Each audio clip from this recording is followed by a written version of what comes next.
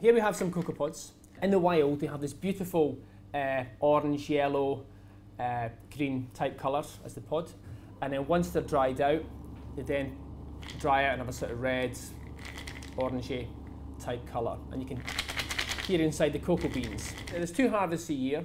The pods, once they're ripe, they're cut from the trees with a machete. They're then taken back to a farmyard. They're cut in half. And it's a very, very, it takes a strong man to cut them in half.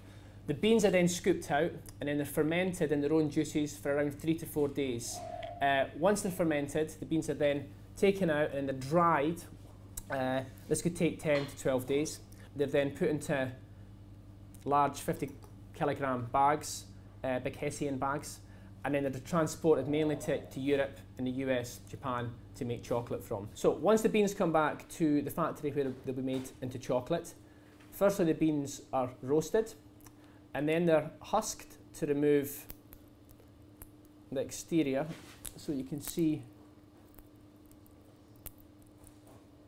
here you have the cocoa bean, and here you have the product they don't require. Then these are then put through a winnowing machine, which basically makes cocoa nib, which we're starting to get to the base for chocolate. It then gets crushed into cocoa paste, which is called cocoa liquor, and this effectively now is the base to make chocolate. We then have cocoa butter, we have vanilla, and we have some sugar. So the cocoa beans created into the nibs are then crushed into the cocoa paste. This is put through presses to make it very smooth.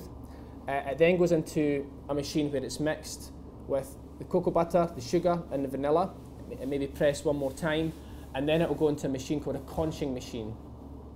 And the conching machine is absolutely crucial for my market, for the fine chocolate market. Ultimately, if the chocolate's not conched well, it won't be smooth and it won't be elegant on your palate. And to conch chocolate well, the word conch, in fact, comes from Spanish. It means shell, and many conching machines are big shells that turn around in a big vacuum. And then they've got granite grinders which go back and forth on the chocolate. And this effectively makes the chocolate more smooth, and it removes some of the tannins that are in the chocolate. So eventually, after 60, 70 hours, you have this wonderful, smooth, elegant, delicious chocolate, and that's how it's made.